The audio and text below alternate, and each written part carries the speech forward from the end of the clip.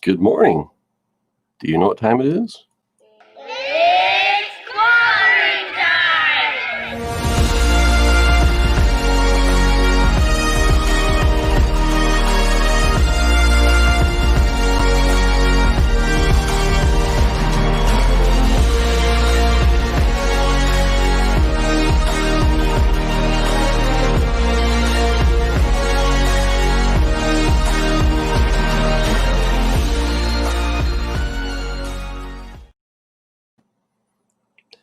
If you watch the rewind in the afternoon or in the evening, good afternoon and good evening.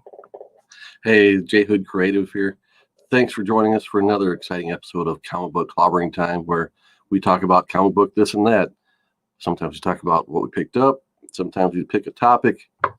Sometimes we just chit chat. I can guarantee you the conversation will not stay on the rails. This morning, I've got my faithful stalwarts with me, including. Come say hi.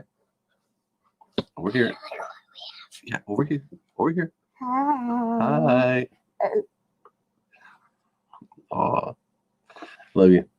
Go away.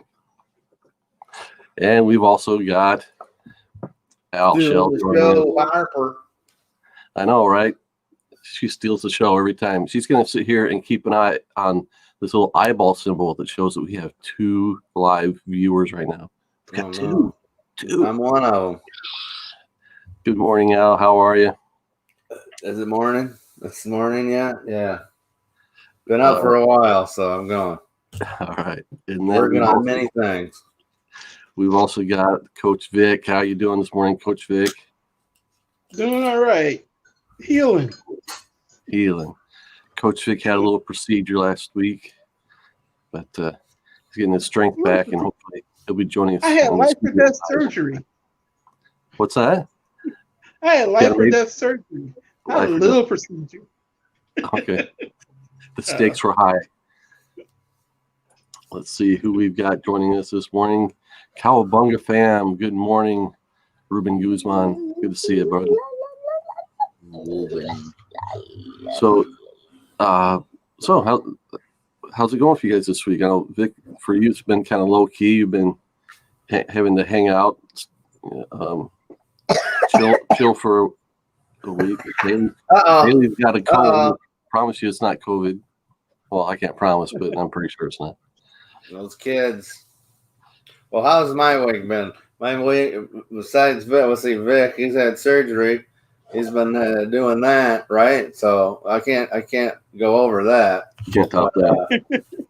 I've had the craziest week. I had my bank card shut off because they sent me a new one in June, and apparently I got it, but then thinking it was like one of those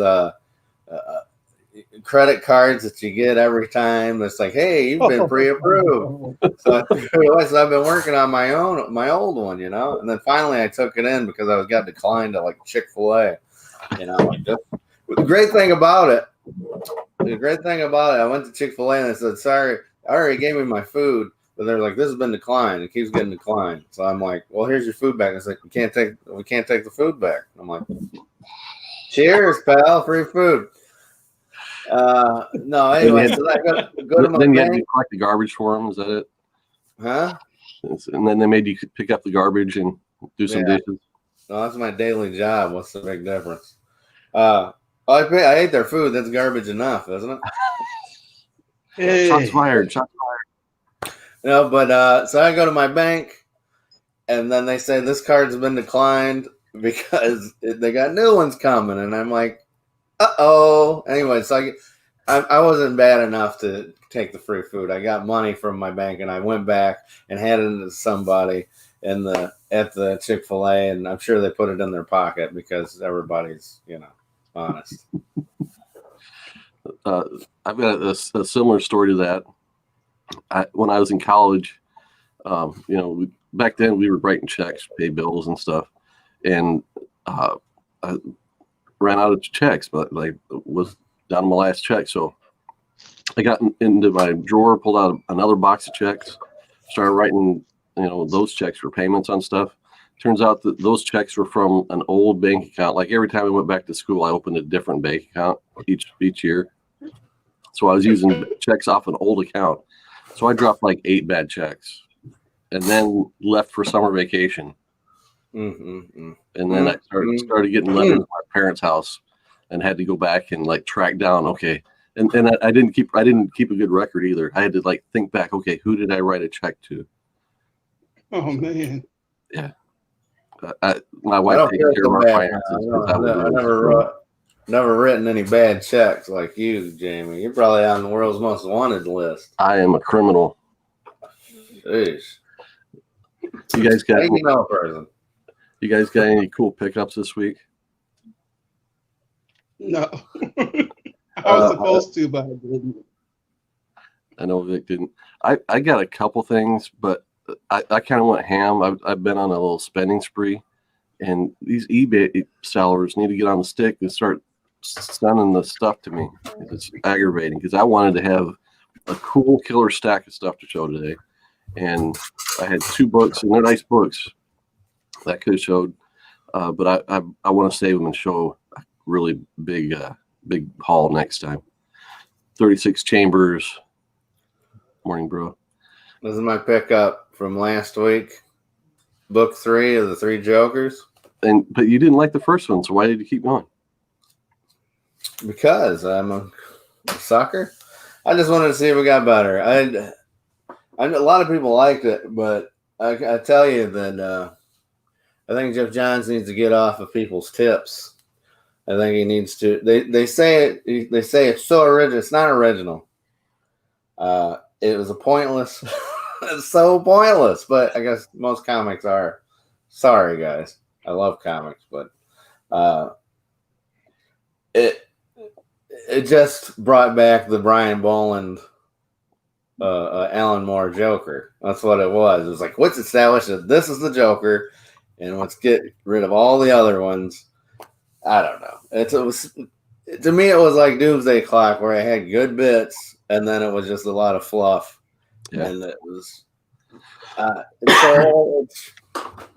And here's the thing, guys. Stop making Batgirl the pincushion, okay? I'm tired of it. DC needs to stop making pincushions out of their girls. Because goodness gracious. Huh? What does that mean? That's a nice way of saying that she laid down with a lot of people. Oh. Okay. She's like the town bicycle. Everybody gets a ride. Yeah. So in this one, spoiler, guys, if you haven't read the books, her and Jason Red Hood start doing a little kissy face. She stops it, but at the end of this, Jason Todd's all like writing her love letters and stuff.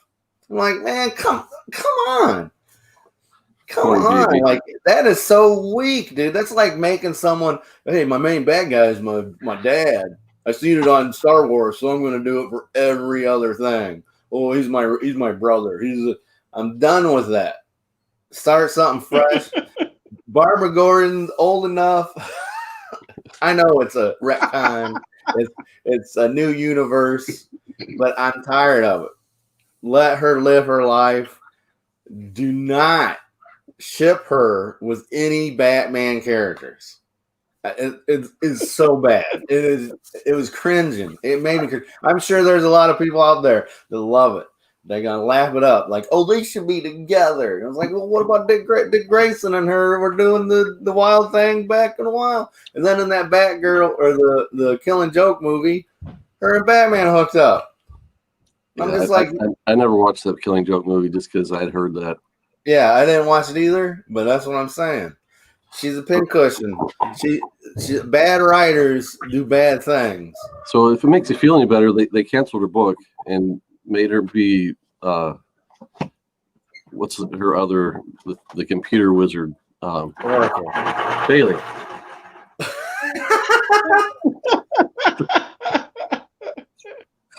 Take over the show. But I'm saying, and then okay, so Joker. What do you use this pencil? They explain that was like going back and explaining Michael Myers' history or showing that's like we don't need it. Right. We don't need to know that his his family from Killing Joke's still alive because, oh my goodness. Just like, hey, we need some freshness. That's why what's hurting is because we're stagnating with all these same ideas and nostalgia trips and even though I make a lot of money off of nostalgia. Okay, so on the opposite side of the end of that, you've got the future state announcements. What do you guys think of what we're seeing there? I don't think about it. You didn't see it. I didn't. What I'm saying is new stories with the characters we got, and not try to. That's like putting a new thing of paint on an old jalopy. Okay, that's what future state is. Huh? Future state's introducing a lot of characters. I'm new to the game, so I'm all for this new future state thing. That's the DC FG thing, 5G thing. That's what they rebranded it as, yeah. Yeah. Nothing. Is it set in the future, 5G. Or is it modern times?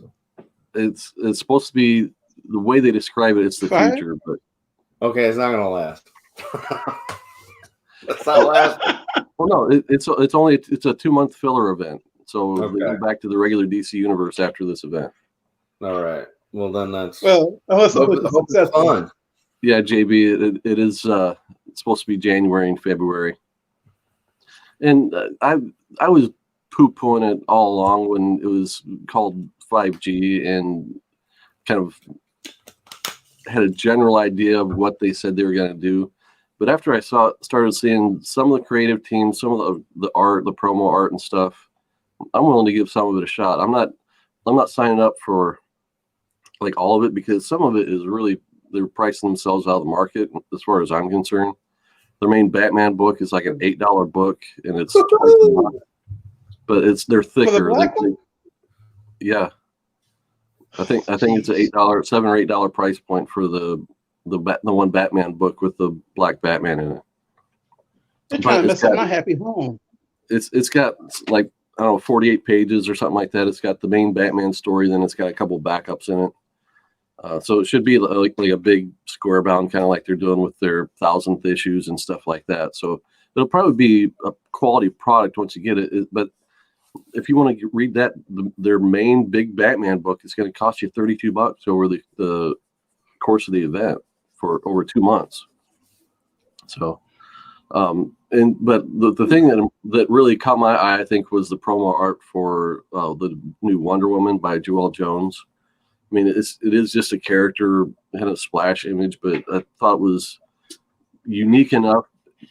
But it's still Wonder Woman, and so I'm willing to give it a shot. So I'm in for like the first issue for about half of it, and then I'll judge from there whether I keep going with the rest.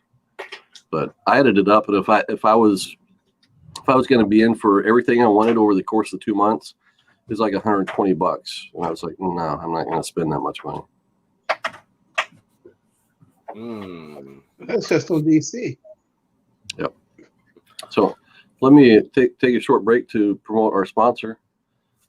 Visit Al Schell's TeePublic page to pick up cool items like this Batman Villains coffee mug.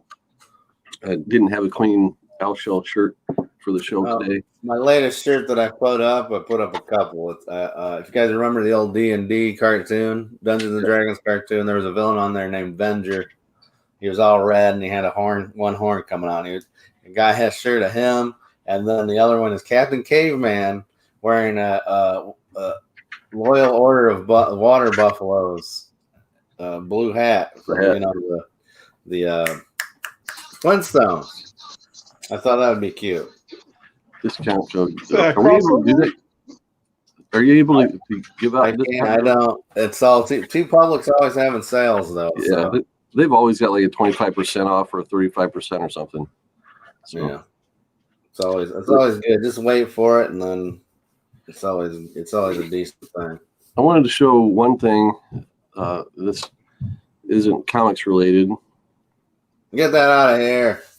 But a friend of mine at work publishes these Disney kind of it's fan fiction, but the deal is they can't use Disney characters, but they write about Disney topics. So this is kind of an adventure of a family that's taking vacations in Disneyland, and they find magical little portholes in Disneyland and stuff like that. So I did the cover illustration for this a while back in this winter, and this is his second volume. His name is Chuck Zeta. You can find these on Amazon. This was the first one I did, the cover I did for him. So we've kind of got this color-coded circular motif going on. It's working out pretty well. But yeah, so just wanted to shout that out. Like I said, you can find them on Amazon, the Wonder Within series by Chuck Zeta. And also, before we get too far into the show, I also want to talk about our wall book riddle contest. So the deadline for the contest is the 20th, and so that's coming up in the next few weeks, and we're going to announce the winner the following morning on the 21st on Saturday. So along the way, I've been dropping some clues, and I'm going to recap those clues and add a couple more. But before I do that, I want to show this. This is getting added to the stack. Look at Al leaning in on that. Ooh, a real comic book. So Al, does this satisfy you that there's going to be actually something good in this price pack? I don't know. That could just be the cover wrapped around some other stuff. This is the first. Looks like the spine's been messed up. You've been prying it off, man. I can tell you this is a mid to low grade copy, but the staples are perfectly attached. No problems on the cover or the centerfold. Centerfold. But it's the first appearance of Ego. It's a Jack Kirby Silver Age Thor book, so it's a key. So that's going in this box of wonderfulness. You get all those comics. You're just trying to get rid of your trash. That's what you're doing. And what was that Empire? You got rid of that Empire in there, and so one man's trash. It's right. It's another man's trash. So the clues I got for the plastic bags you can have. I did a video originally explaining the whole contest. I gave a recap. Was it last week, a week before, something like that? So clues I've been dropping along the way. There's a clue that's on almost every cover. What do you got? Bailey's got something. Bailey's got an advertisement for Christmas trees. Thank you. Get you. Show the back. Oh, you gotta show the back. Oh, it's beautiful. Excellent. $80. What? Big Christmas tree. It's a big Christmas tree. I really want it. Okay, cool. Can I do my show now, room, please? So then put it on you. All right. Wallbook riddle clues. There's a clue on almost every cover.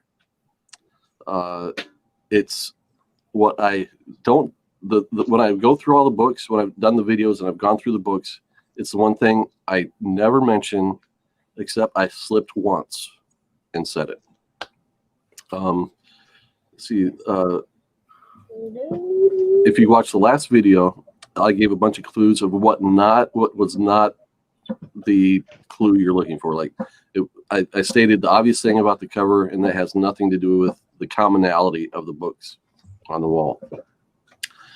Okay, so this is the way. This is giving it away. If you do this, you're going to probably be able to figure this out. If, as I show a book, you say what issue it is in your head. If you go through the whole thing and say what the issue, each issue is, issue by issue, you might see the commonality. But I pretty much guarantee you, if you write down what issue I'm showing you, as I show it, write down on a list, go through the whole list, look at the list, you will probably see what I'm doing. So I can say that most collectors would be able to do what I've done, and you can do it with a variety of books. Or if somebody only collects one character, they're probably still going to be able to do what I did. So that's pretty much it. See, we're what, 20 minutes in. People according to my analytics, have stopped watching by now. I'm just kidding. But I was trying to get that in on the front end, so we can make sure that I want people participating. I've got 2 people sign up for this, so your odds are pretty good. And the thing is, you don't have to solve the riddle to be entered into the contest. All you have to do is try. You can either do a YouTube video or you can do an IG post. Tag me, let me know you did it, and I'll get you on the contest. Hey, we've still got. We do still have live audience, and I'm just kidding. It's a weird Saturday. It's a weird time, man. So I think a lot of people are out standing on their heads. It is a weird time, and we always do try and use comic books and shows like this to kind of take the pressure off of everything else we're having to deal with. I don't know about everybody else in the country, but where we're at in our neck of the woods, we've got some excellent weather this weekend. So yeah, we do. We'll be able to get out. It sucks, doesn't it? We're up to I was hoping for like 30-degree temperatures and snow today. Well, because Clemson's in town, and they're not used to cold weather. We do have a dog in this race that if we had cold weather, it would work in our favor. But Al was showing a cool. Was that an original Next Generation? Yeah, that's the Lube Next Gen Wharf. Look at that beauty. Look at it. Get real close. Get real close. Real close. Look at that. I did not know that. There's only $3.49 at GL Perry Variety Store. GL Perry Variety Store. GL Perry Variety Store. Have we got something for you? That's it. Yep. And of course, I picked up a cool Thundercats Mumra reaction figure. Look at that. It's even got the cool Darth Vader type jacket. Cool. Mumra. I love those illustrations. Whoa, the Thunder Lion-O. Look at those.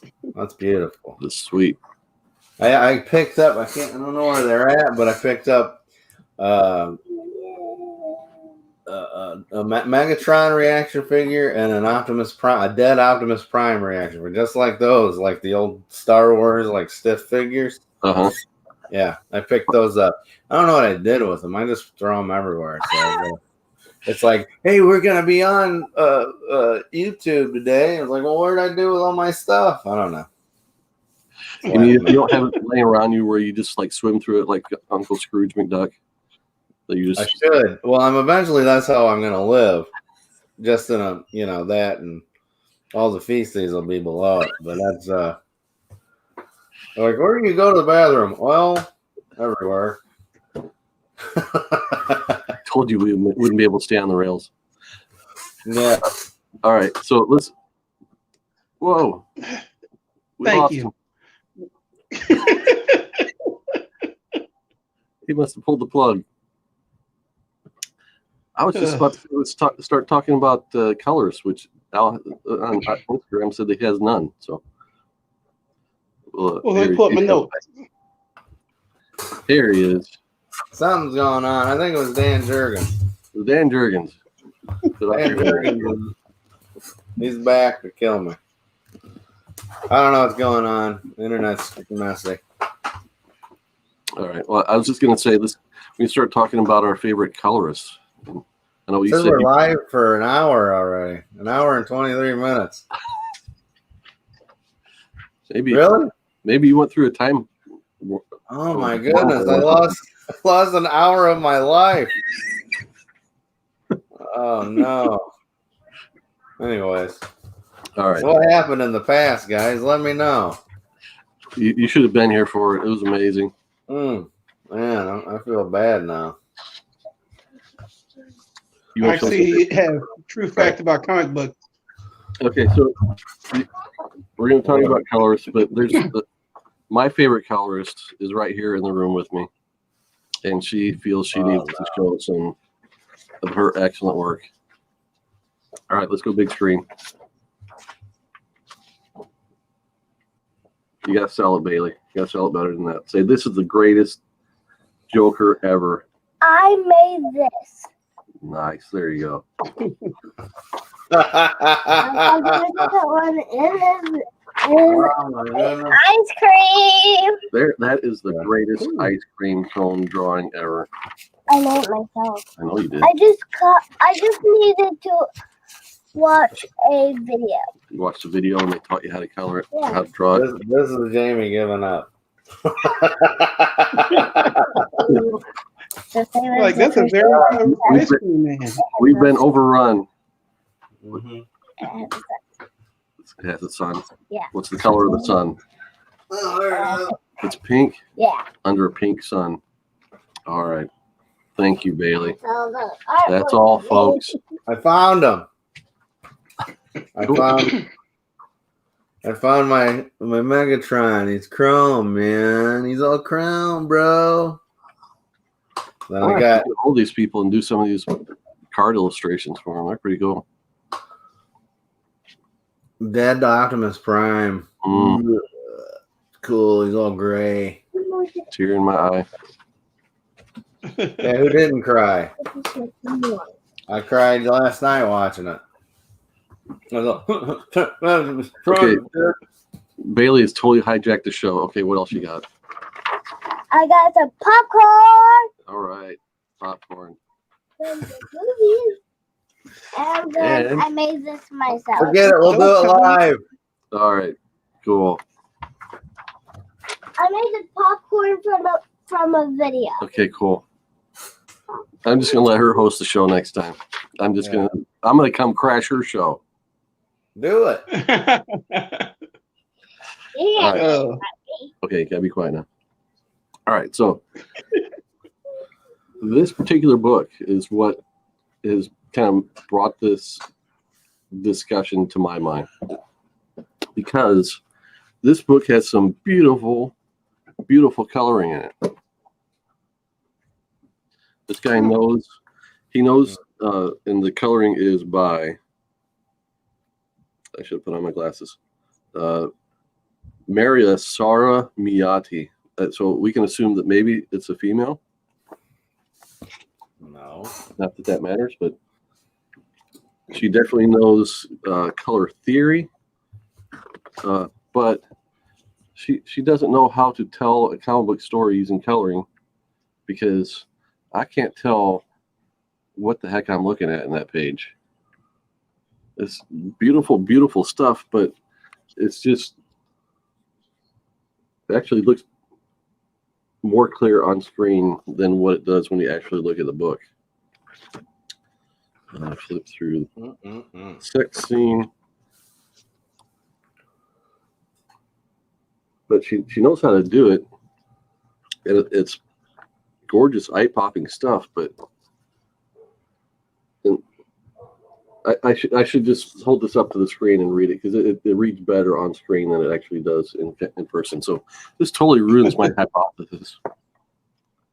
Yeah, didn't you? Weren't you I just guess like? here's my I have a question though. Okay. Why do you have a separate? You have an inker, an artist, and a colorist, right? Yeah. Pretty much. You have somebody drawing the story. An inker goes in, kind of delineates everything, and then a colorist colors it. Okay.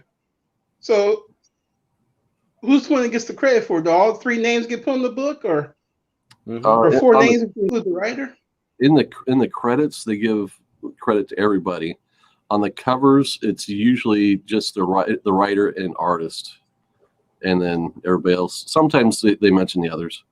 Can you go get me that Spider-Man on that stack right there? The Spider-Man on that short stack right there on the table. I At feel like the artists are getting more credit than they deserve. Is that just me? Yeah. What's that, Victor? So I feel like the artist gets more credit than they deserve, because I feel like once you outline it with the inks and throw the color into it, it brings everything to life, right? Each member of the creative team has their job to do. That's for sure. I think you need to go look at some just pencils of the artists and then be like, oh, okay, I see what they do. All right. Yeah. So sometimes Okay. the pencils are pretty loose. And some inkers they consider just tracers. So This is what I grew up with. You know, all flat colors. Back in this era, the colorists had to basically go through and specify this area is this red is going to be 50% magenta over 75% yellow, and it makes that color of red. So it was a 4-color process. You use cyan, yellow, magenta, and black are the 4 colors in the 4-color process that basically CYMK. CMYK. Anything with printed color on it uses CMYK coloring or printing, unless they use what they call spot color, and I'm not going to explain that. But back in this era, I was looking at the older books and looking at newer books. I'm assuming they use digital to color now, right? Now they do, yeah. Back then, everything was done kind of by hand, and the colors he only had like 120 colors to choose from. I'm not sure why that is, because CMYK should not be limited like that. Over time, they developed more varieties added more colors to the palette. And that's why when you see like the first appearance of the Black Panther, the skin tone they used for him looks really gray instead of brown. And I'm not sure why they hadn't developed a better brown by that point. What do you put? The colorist I like is also the artist. His name is Daniel Acuna, and he does a lot of his own stuff because most of his artwork is done through the coloring. So he's got some cool, good pages. I mean, this is just a fight scene, but all the highlights and stuff. Yeah. That arm looks like He-Man arm. Whoa. But he's doing that. That's all Daniel Acuna, man. Wait, it says it's not. Oh, well. I'm sure it is. Yeah. But it's beautiful stuff, man.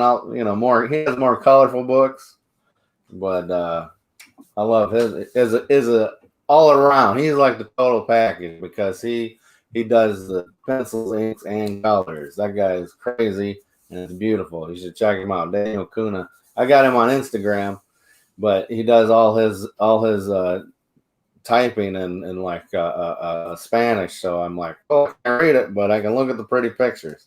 Mm-hmm. And that's what I do with most comic books now. I don't read it. I just go, just look at this cool comic. There's a little translation button you can press down there. Now, well, here's another question I have then. I didn't know that. When you look at wait, hold on. There's a translator on IG. Yeah. Oh. Yeah. So it says see translation, you just press it. Okay, I'm gonna try that next time because I follow a couple of guys that don't speak English. I'm gonna have to try that. I've never seen that. Here's a question. I just want to see his pictures. Go ahead, Vic. As far as the colors is concerned, like for example, Uncanny X-Men 281 and 283 are colored by the same person, but 282 isn't. Now, does 282 have to use the same color scheme as using the one before and after it? Probably.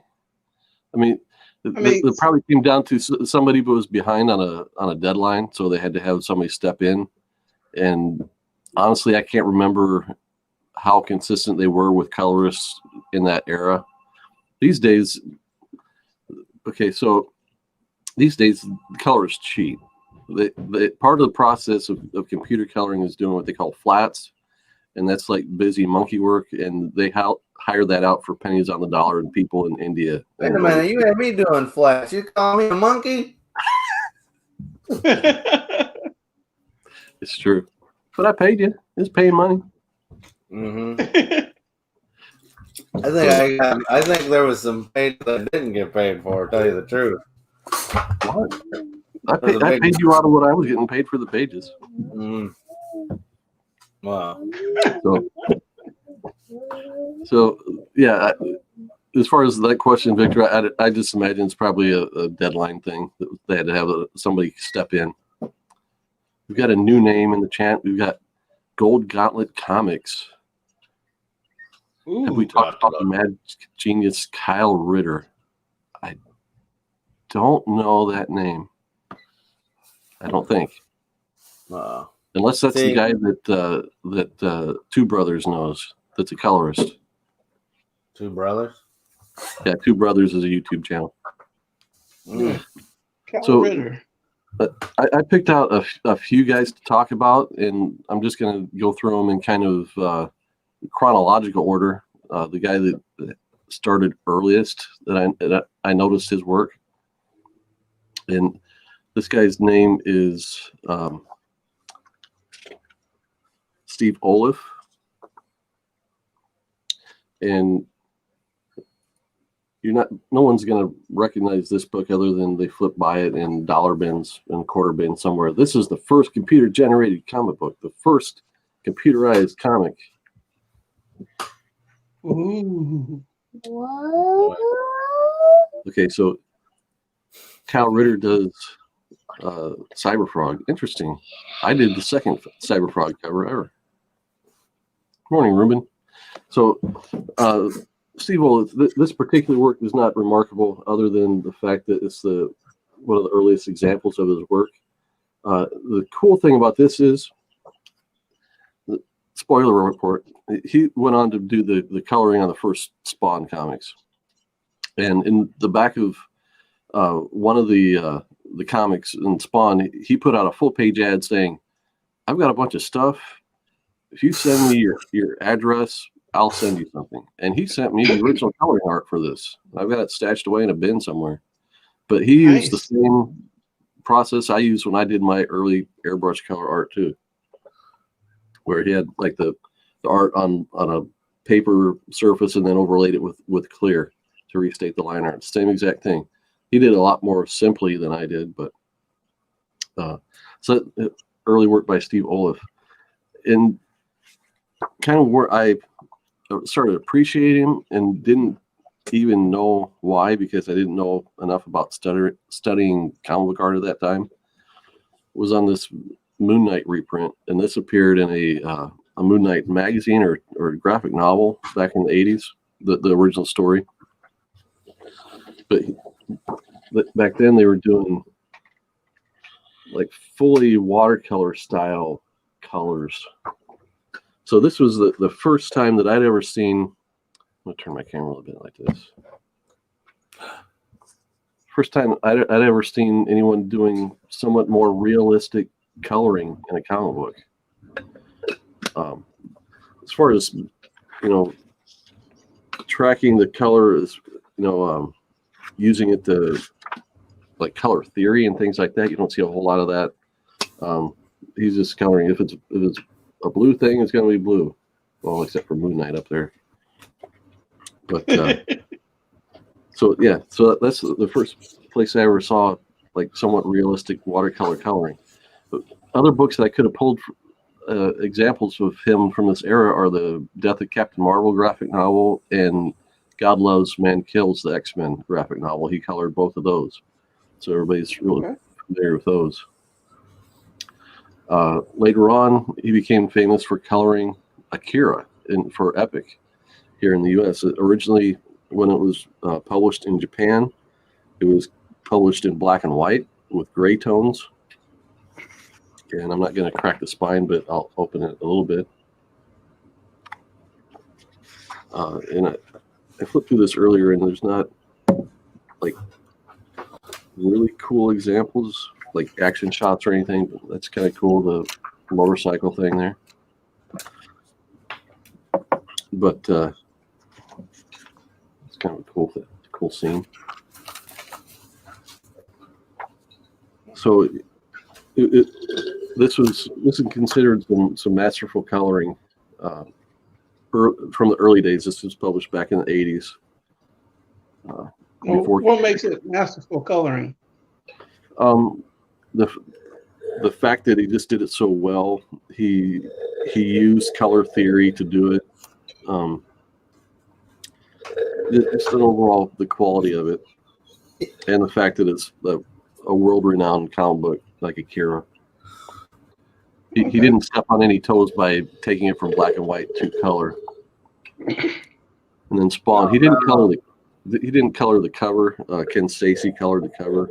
Ken Stacy was a name I knew when I was in the coloring game, because again, he was another guy that was using a lot of airbrush and stuff. But this was the first time. What's his name again? This guy's name was Ken Stacy, and I always knocked his work because he did what I called using color right out of the bottle, because he used purple and red and green on this cover and didn't kind of add any kind of nuance to it. Not that that's bad, I just didn't like it.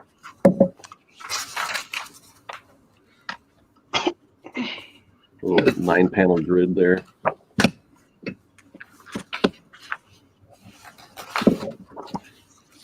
Pages like that. I mean, that's what everybody loved about Spawn, was they were breaking storytelling tropes that we'd gotten used to. Look at all the rendering on that Spawn face.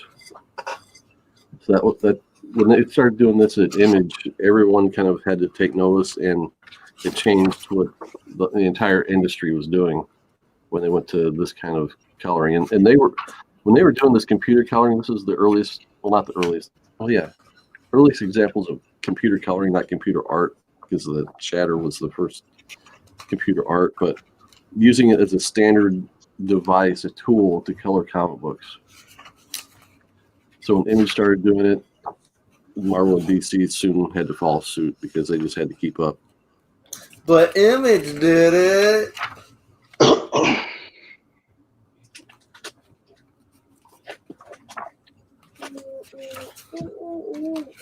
So, yeah.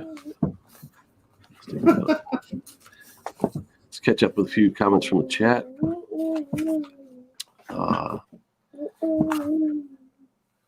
Oh, yeah, you guys got a storm coming down there in the south.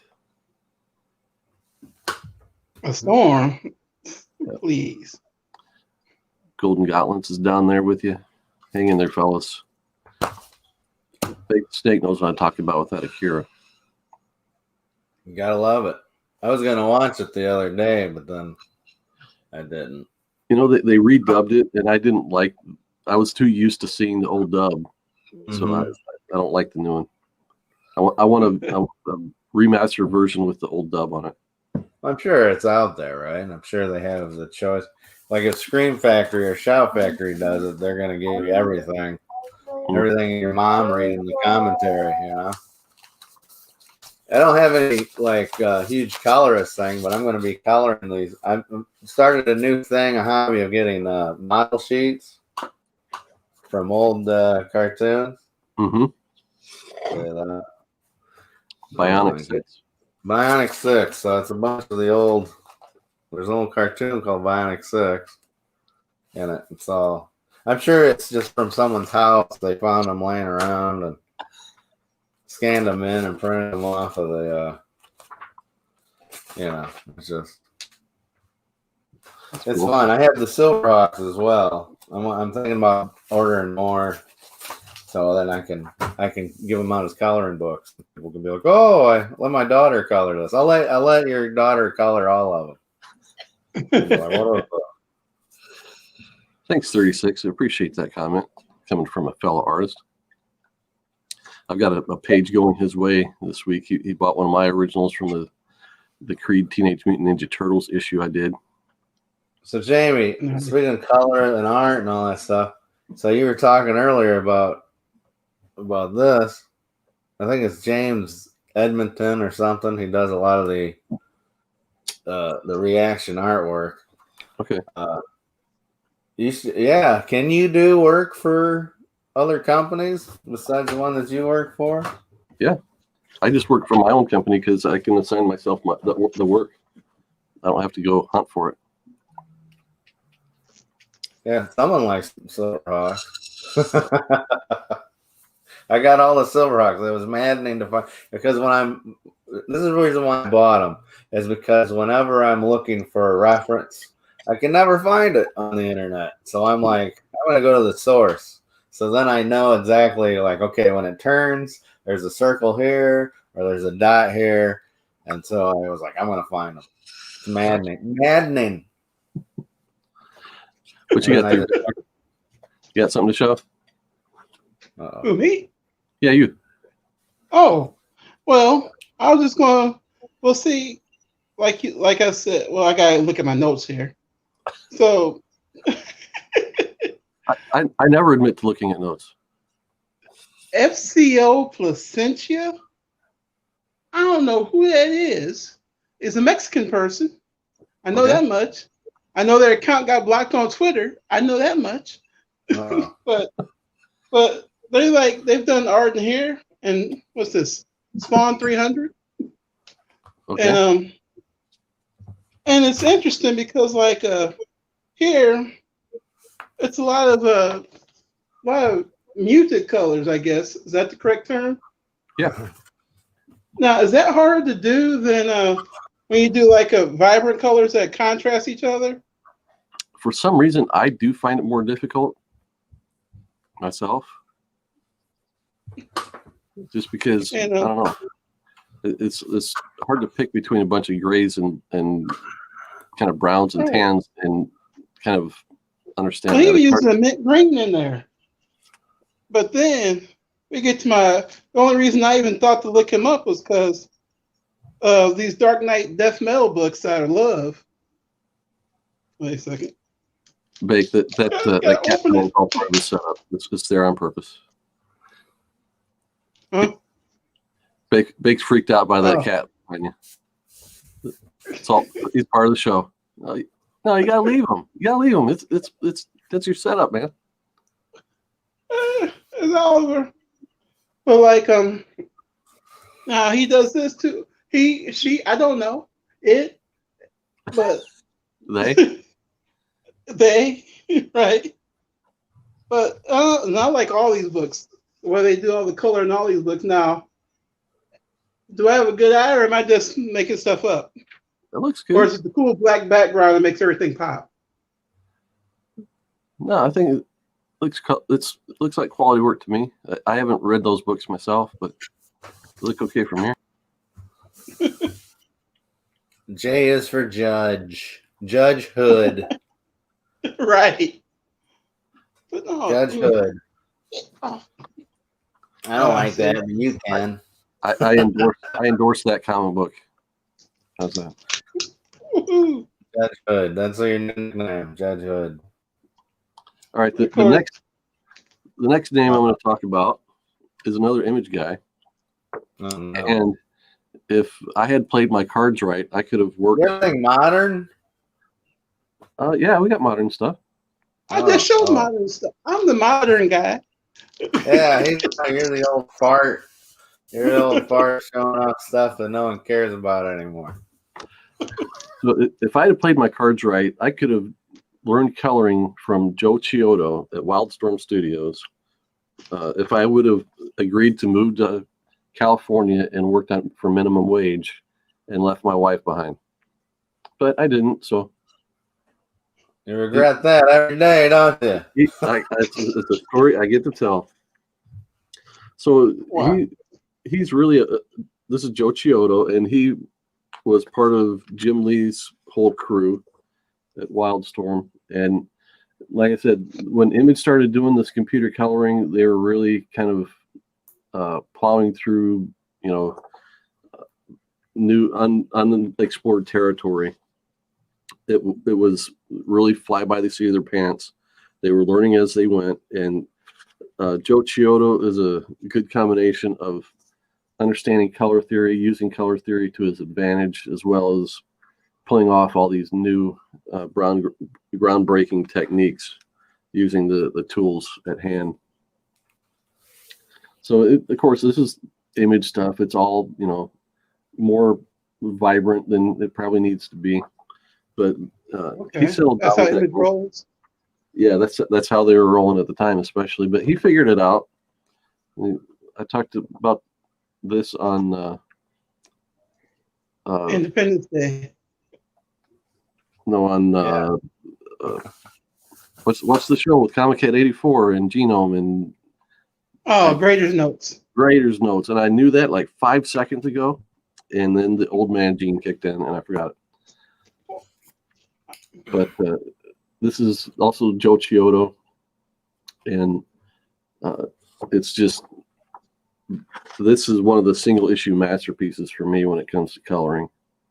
I mean, I like the line art as well, but the coloring switches it from good to great, in my opinion. All right, hold up. That picture right there. Mm-hmm. How can you tell the line art from the coloring? Is it just the outline of the pictures, or what? Yeah, pretty much anything that's black is line art, and in some cases, what they do is they do what's called a color hold, and they didn't do a whole lot of color holding in this one. And it's probably might be one of the reasons why I like it so well.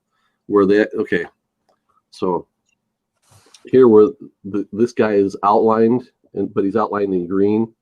That was originally black line art, and they used a color hold or colored over the line art to do a colored line. And you see a lot of that in image stuff too, as they would progress. And that was the one thing that I was always pissed off that I couldn't do with comic book with the airbrush coloring. I couldn't color the lines, and that I so desperately wanted to. Here's another example of that. So you've got the faces, these blue faces in the background, where they use a blue line. So the original line art was black, and they used color holds to color the line art. Nice. And that's autographed too? Yeah, this one's got a J. Scott Campbell autograph on it. I think the last few books I've shown had autographs on them. This is cool. So using, color to set the mood, set the stage, know how to make something look like hot fire. It's all controlled by the use of the color. Yeah. Yes. You spitting hot fire? Spitting hot fire. Hot fire. Hot fire. Gold Gauntlets Comics, like Joe Chiodo. And I've got a Art of Joe Chiodo book. Google him. He does great paintings and stuff like that. He actually did a one-shot comic called The Mechanic. And I'm not sure. I know he did some covers, and they did like a series of trading cards and stuff like that. But I don't know that he's ever done that much of his own, like drawn and painted comic book work. I take that back. He did, or was it Steve Olive? No, it was Joe Chiodo. Joe Chiodo did some of the early painted Conan covers for Savage Sword of Conan. But I don't have them. I got them. I got all of them. What you got up next, Coach Vic? Well, as you know, I haven't mentioned anybody from Boom. St. Louis yet. Oh. And so, Rebecca Naughty. I wish I had a Vampirilla Red Sonja book, because she does the art for that, but who knew? But she does the color for this, and like for this page, it's really an angry scene and everything. That red really gives you gives you the feel for what Val Halverson's artwork is trying to do. Yeah. Val from St. Louis, of course. But I just really like our Finger Guns. I like the book. I just like really the way they've done the art, and just the cool things they do with it. Like this is like 1,500 panels for the same price, right? Yeah, that's cool. But I just like how it's the colors aren't too bright, even though I like the bright colors. But they're not. But they're kind of like different colors, but still not muted.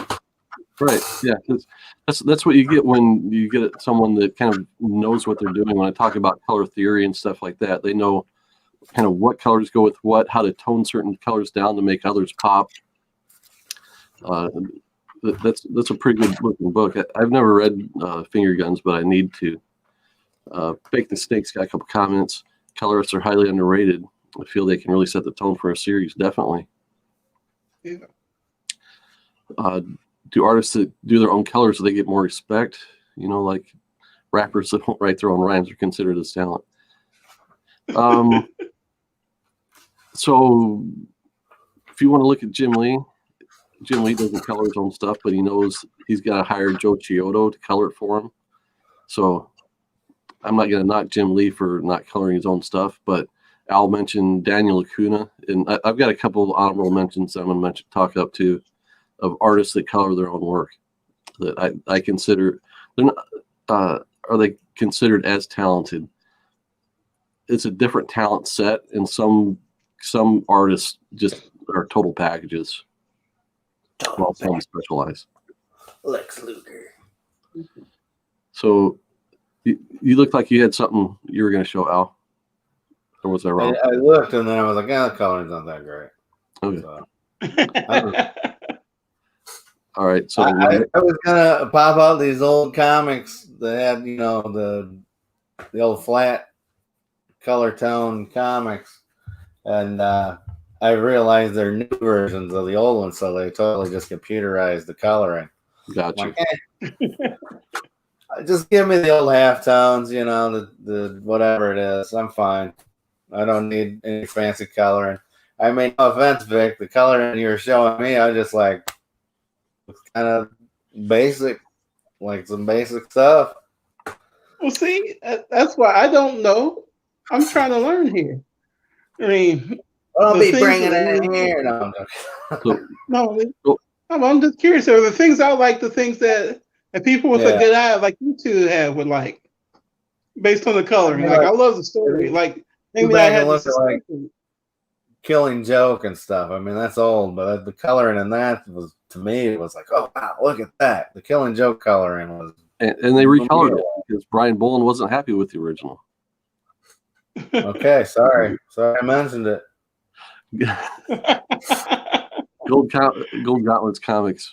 They know what a good colorist knows what it's going to look like in print, and that's kind of going back to this. I think that the gal that colored this didn't know what it was going to look like in print, and just kind of did oversaturated colors. And if part of it has to do with if I think if they would have made just a couple color printing or a couple printing changes, this would have been a lot more legible. I will say this: that it ended up too dark and too saturated. Yeah, go ahead, Al. coloring can save mediocre art, but it can't save bad art. And there's a lot of comics out there with bad art. I shouldn't say that because the last time I drew on camera, it was the worst stuff you ever seen in your life. But I don't know. Just some of the stuff I've been seeing is just like the art is so basic and boring. Like there's no. I'm a Kirby guy, so everything's got to be bananas. Where if I just see a guy like, all right, guys. I mean, I went through that stage of just like, this is the shot you get and how crazy everything is. But, the moment, I know people love that moment by moment stuff. Just like, okay, turn, and then it's just like, and then, let's throw some nice computer coloring on it. No, we'll blast it out. And it's just like, maybe it's just, it's going to the well one too many times. Seeing it, I need to find my love for it again. I don't know. What am I saying? I don't know. One of the reasons I'm going back and collecting original Kirby books is because I can't stand the modern coloring on Kirby. Even if they don't do like the pimped out shaded coloring, even if it's just flat, it just gets too bright. I like it knocked back just a touch, like we see in the original. Well, I didn't want to get in a big discussion about Kirby. I just was saying that you mentioned artists nowadays don't have the pizzazz. You know what I mean? And then the colorists can do what they want on it, but it's like that picture you showed, like the comic you showed, where you're saying it drowned out the picture because when it was printed too dark. I've had that happen to me on prints when I was, like, oh, like on my computer screen, it's bright and vibrant, and then when it gets printed, it looks like someone just threw mud, or just like, oh, it's, Yeah. So I think that's I just think the that's artist not knowing, or the colorist not knowing how it's going to translate, like you were saying. Because on the computer, it looks so bright because I have my brightness jacked up to the 10. When you get it, it happens all the time. Yeah. Sorry, Vic. Go ahead. No, I was gonna say what you were saying. That's kind of like what was it Gold Gauntlet was saying about how it's amazing that they can look at art on paper or computer and know how good it's gonna look in print, and how it works out like this. I mean, it just makes it even more amazing and more hard. Like when Jamie showed that picture of the really dark purple page, it looked like it had potential. Just a touch up here and there, lighten some things up, it'd be amazing. But on the computer, it probably look great. Yeah, that's what I thought too. On the computer, it's bright and beautiful, and then when they print it, it all depends on the color palette you got, Yeah. And then, like, let's see, does a different paper, the Mastodon says, does the different paper type have anything to do with that? It does. Probably, yeah. I think if they had printed this book on glossy paper, it would help, because glossy paper allows you to get deeper blacks, and the paper is somewhat reflective, and the ink is printed on top. So what you get light shooting through the ink, bouncing off the paper and coming back, and that's what makes it brighter looking to the eye. I think if this was, it's got like a semi-gloss finish. I think if this was really glossy, it would do wonders for this book. So that's part of the equation, the paper they're using. Okay. So the next artist I have to show, I've got two more and then a few regular artists that do good coloring. This is Laura Martin, and she kind of made a name for herself doing Ultimates, Astonishing X-Men, and going back to Planetary. Well, she did Planetary, but also the Authority for Wildstorm. So, yeah, she's got a great handle on color theory, using color to set the mood. And I'm not going to flip through a lot of this because this whole issue is kind of flashback and there's all these muted tones. So I've got another example of hers. So let's give a quick look. Here's an example of this book is glossy and this is matte, and you can see even on screen probably the difference that the glossy one, the blacks seem deeper than this kind of matte finish one.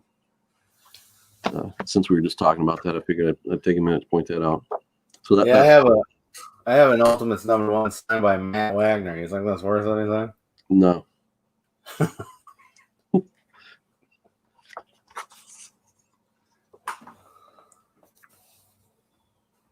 I like both pages for different reasons, and I think if you get that out of an artist, you're doing well. She always does this awesome job. Anytime daylight is introduced, you know when it's daylight and when it's not. When Laura Martin's coloring this stuff. Let's see. What's he got? Astonishing X-Men, and so this time the autograph on it is by the Colorists team.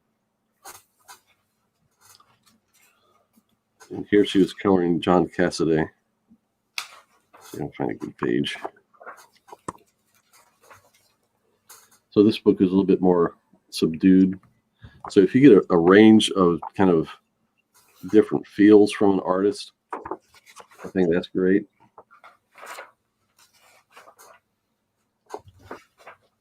Yeah, she had a really great run in this era where she was doing, like I said, the Authority, Planetary, Ultimates, Astonishing X-Men. She had all those within a span of a few years. Hey, good morning, Dave Enrique. And we've got Varangian Vigilante joining us as well. Good to see you guys. Yeah, I've got that Rorschach book in my pull, but I haven't bought it yet. I read it. We'll see. I don't know. It's one of those books where it's, it has very much. What's the guy that did Batman Year One? Frank The Miller. comic- No, Dave Mazzucchelli. Sorry to set you off there. Okay, calm down, Casey or Jamie. I know you're like, go bring Miller. Yummy. No, yeah, the artist. It has those type of vibes. It has a very Batman Year One setup. Cool. And it's bland color. It's meant to be like drab. I'm not saying it's bland. It's drab. So it's like muted, subdued. Ooh, bring Miller. Ooh, you got all bubbly, didn't you?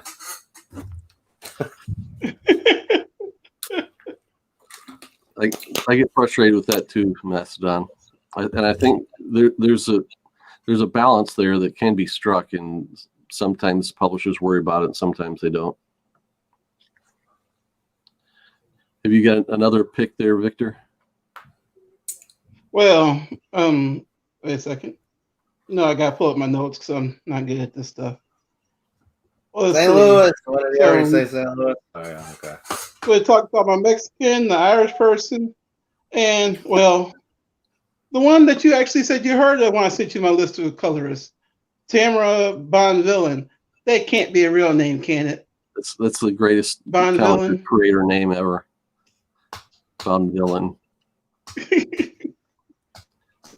But of course, like I said, I do the modern stuff. And it gets That's more right. modern than Once and Future.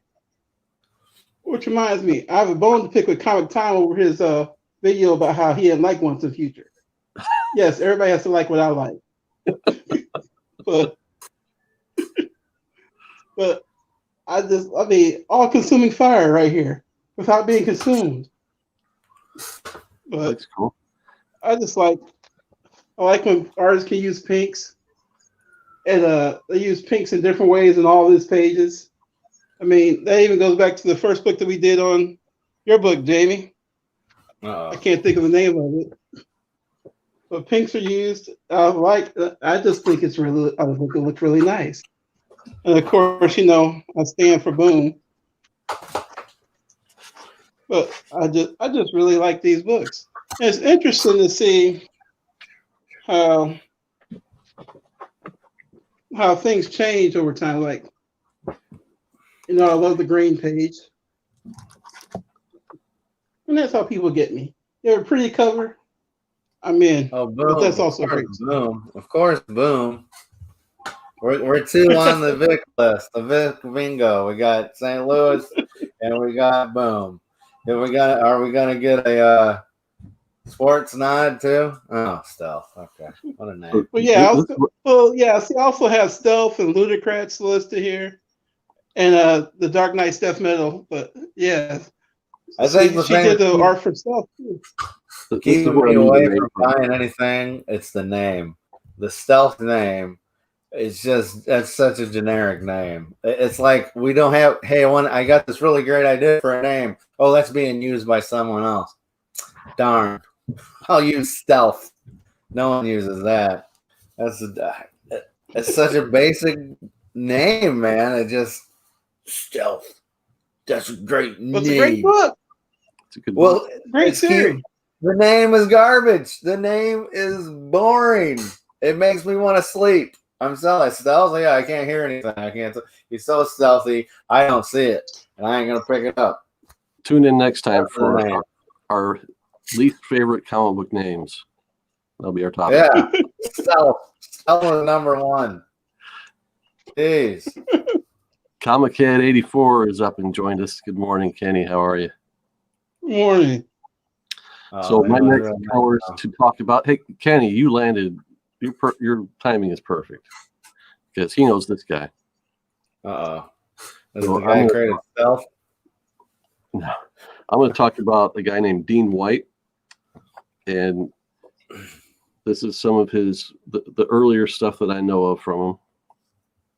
Where he was the colorist on Kick Ass, and he introduces a little bit of grit and grime into his work to make it look a little bit more authentically watercolored.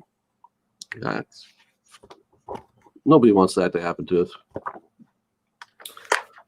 This is like 101. This is like 101 stuff. Sorry, it's great, but it's... Well, the thing I really, okay, so you're right. The stuff he did in this is, I don't want to say it's average. It's not remarkable. I mean, it's good. It's good comic book coloring, but like I don't know. I think my brain has gone somewhere else where I want some really off the wall coloring. I don't know what it is. Sorry, you go ahead. I'm gonna shut up. How about stuff like that? So this is from Uncanny X-Force. Jerome Pena did the art, line art for it, and and he did a run, or both guys did a run on Ultimates also. This is where I really picked up on Dean White as a colorist, and kind of his gimmick is he's not afraid to color over the line art, and sometimes it works better than others. Let me find an example here. Bear with me.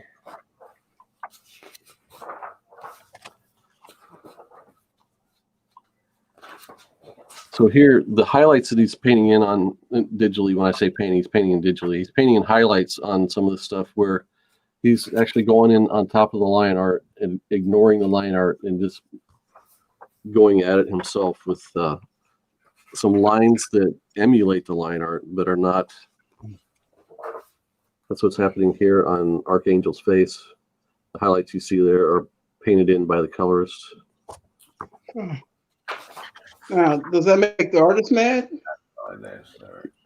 It depends on the artist. I worked But it with make you mad. I worked with a certain artist that Al knows, that Al and I are both familiar with. I did some coloring for him, and he's happier when other artists color over his line art than when I do. So, but no hard feelings. Now, I'm not saying the guy is horrible. He's great. I don't know. I'm looking for just, I don't know. That's just me. I'm in my midlife crisis, and I want something more than my basic. So you think this is basic stuff? It's comic book. I don't know. Maybe it's just the art that's, it's modern comic.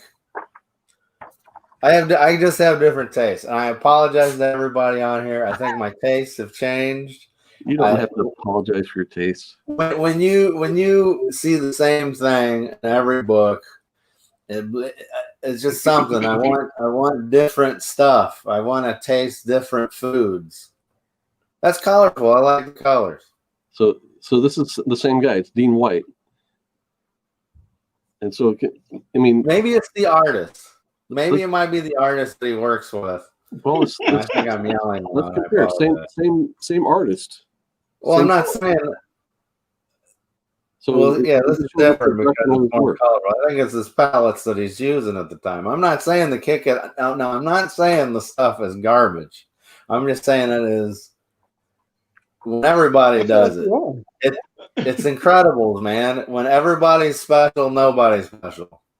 I love that. That's great coloring. But what book is that? What book is this, rather? It's Avengers run that I think it's John Romita Jr. did the art. Okay.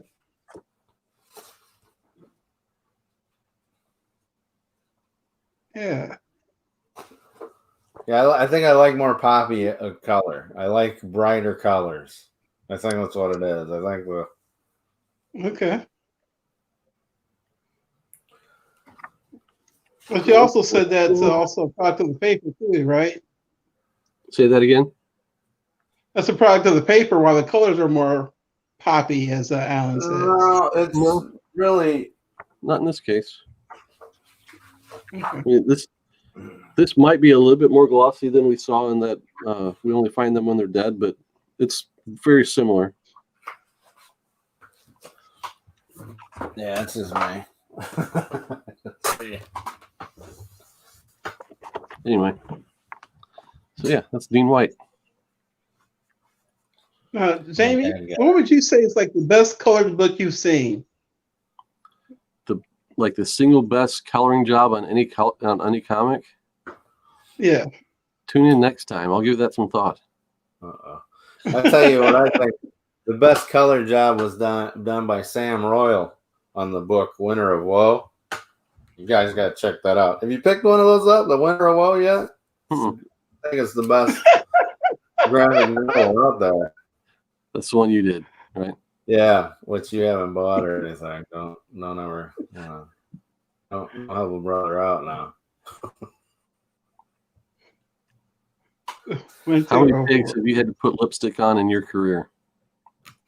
Oh,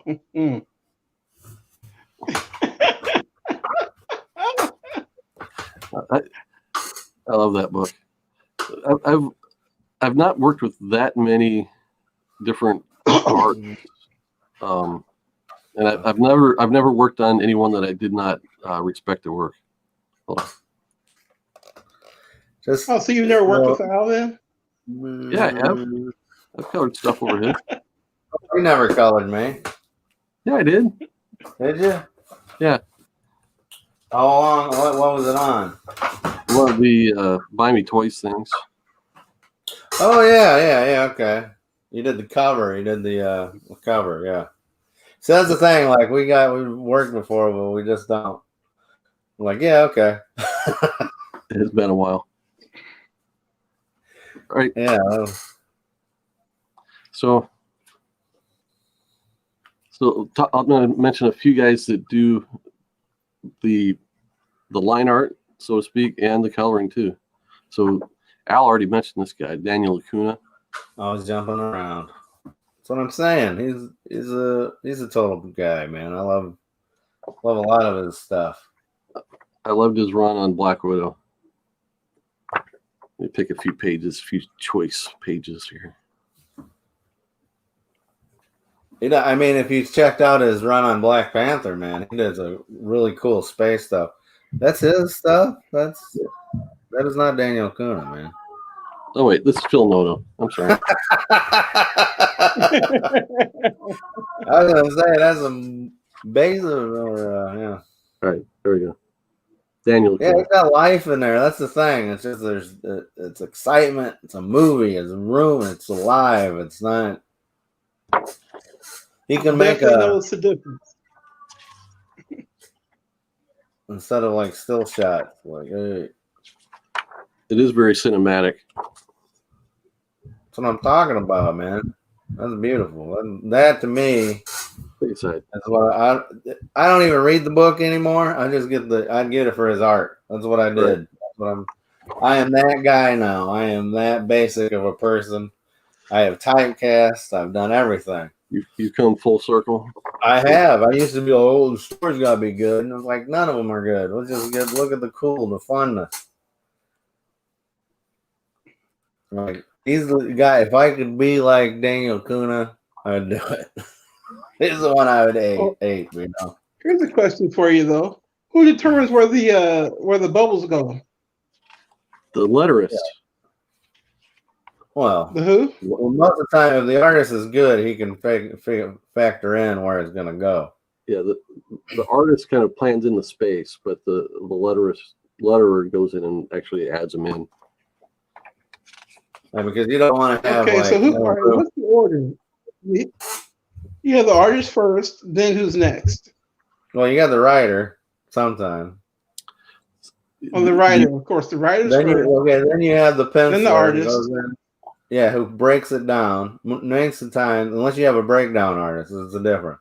So he, like on a page, he figures out where the panels are going to be, where the action is directing. You know, like, okay, I want the eyes to follow this way or this way or whatever, and then he chooses the shot. Huh? The penciler?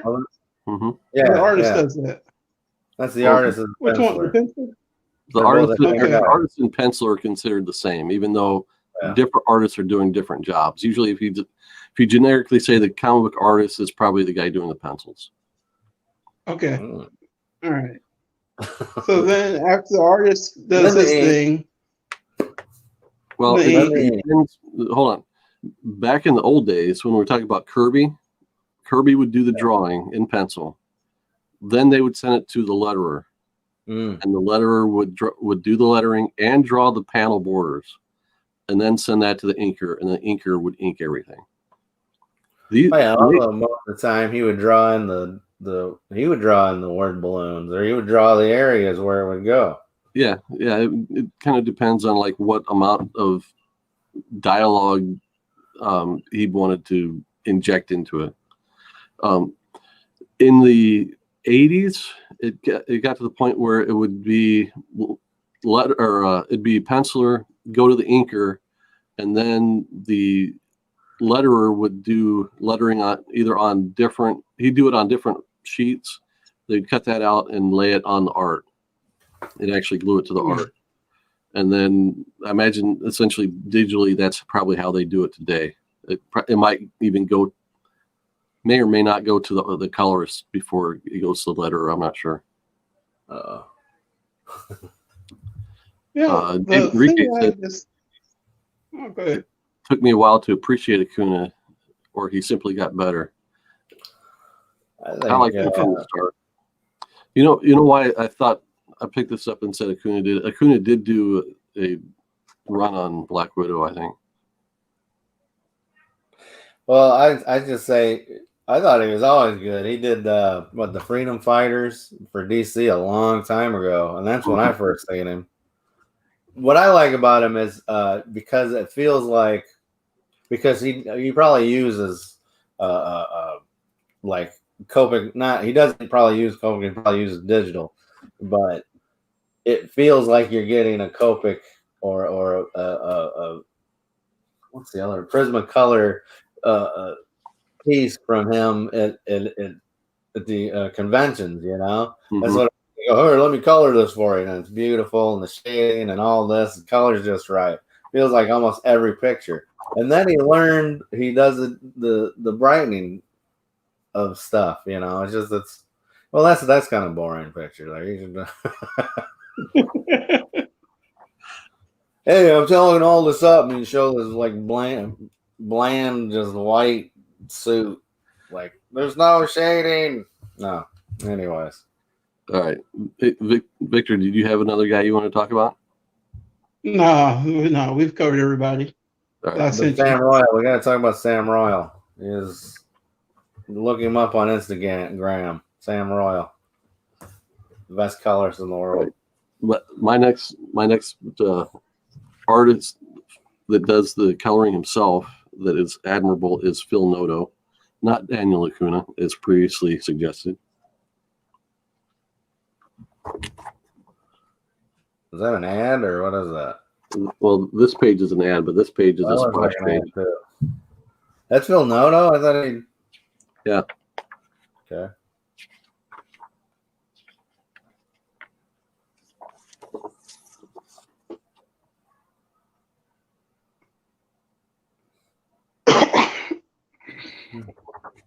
I love the way he handles Black Widow in this.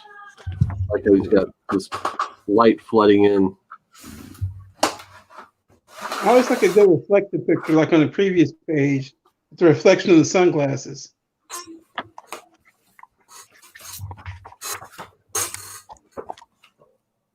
Yeah, that's really I'm just cool. amazed that you guys can pull that off so often.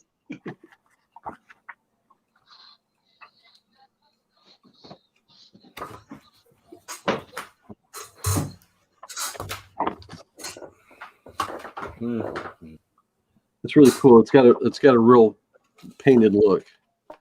It is all digital. He might start with possibly a simple pencil drawing, or he might be just going in the computer and using a tool that looks like a pencil in the computer. Okay, bye. Yeah. Big fan. Can't tell.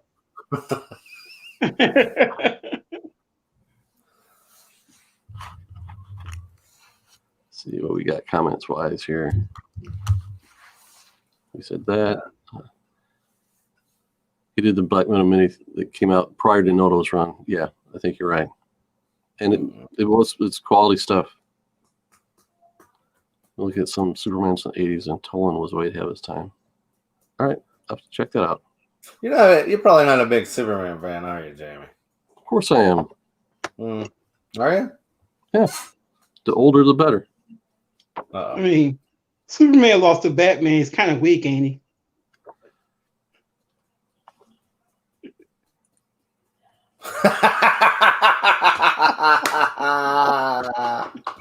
You out. You out. You done, Vic. You done. All right. I think I drew a Batman breaking his hand punching Superman picture a long time ago. Just like that's what you get. That's what you get, Batman. Get out of here, Martha. Anyway. So this is a bad example of what I want to talk about with Adam Hughes. So I'm actually, the two examples I picked one because I thought it was a terrible example of how he colors. He's a masterful colorist, so he can do it well. But since this is Hellboy, he doesn't do a whole lot of color holds like he usually does, and he uses a lot of black line art. Other than maybe this page is kind of, it's along the lines of what I was looking for purposes of this discussion. But if you look up his Fairest, Fairest was a spinoff from Fables. If you look up Adam Hughes Fairest covers, you'll see some of the best covers that have ever been done for comics. I mean, Adam Hughes is an impeccable artist, but I have a bone to pick with him. And that was on this series where he did color holds Betty's on. grown up some, huh? What's that? Betty's grown up some, huh? Uh-huh. There's Pretty flat.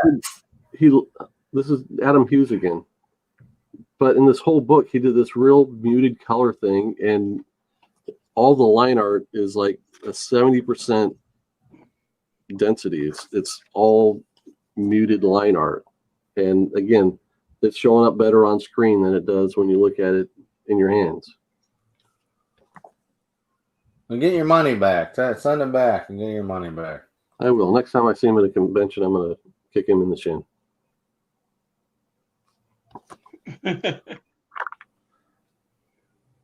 But yeah, he's a masterful artist, excellent draftsman, knows how to use color.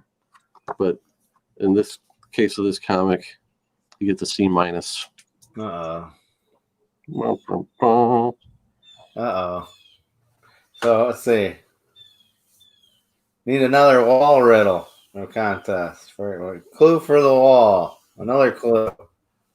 Can you just watch the rewind? At about 20 minutes in, I go through all the clues to the contest. You do not need to solve the riddle to join the contest. You just have to make an attempt. But I dropped a clue today that if you follow the directions I mentioned, I'm pretty sure you'll be able to figure it out. Except for you get one clue that contradicts the rest of the clues. And I'm just going to leave it at that. Uh-oh. What? Let me review my notes. Where did I contradict? Contradiction. He's just trying to throw you off. He's doing the Friday the 13th who's the killer thing. Where they don't show who the killer is and introduce. Okay. It's on almost every cover. It's what I don't say when describing the books. Watch the last contest update to see what wasn't a favor on each choice. A what? A factor. A factor. The first letter spells out something. Hey. You put the answer. No. What did it say? Where? What spells out something? I can't read that. I'm not watching it on TV like I normally do. All Is right. it the month? Is it the month they're released? No, but that would be a good one. Oh, A lot of it's official. guys collect their birthday books, which came out the month that they were born. But I'm trying to figure out when it comes to birthday books, and if somebody's got some feedback on this, is it the month leading up to your birthday or the month after your birthday that is considered your birthday books? Because I was born at the end of the month, so am I counting the books that came out the next week or the ones that came out 3 weeks before? Give me some feedback, because one of the books in question is a key, and it's on my 2020 hunt list. And we'll talk about that more if I ever land it. It's the price tag, isn't it? It's the price. Yeah, the price, yeah. Don't say anymore. You're going to give it away.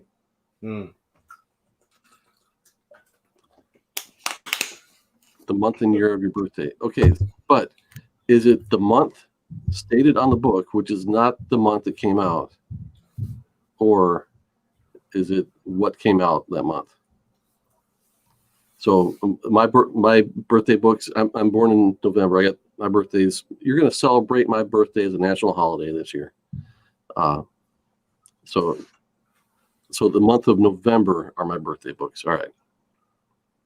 Should be in good shape then.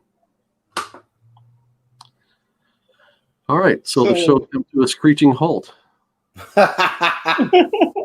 It's because we're trying to figure out the birthday book thing. So I still got to stick with June. I can't add July and May to it. Well, you need to stick to what I told you, because you got a key in your birthday too. Uh-oh. Yeah.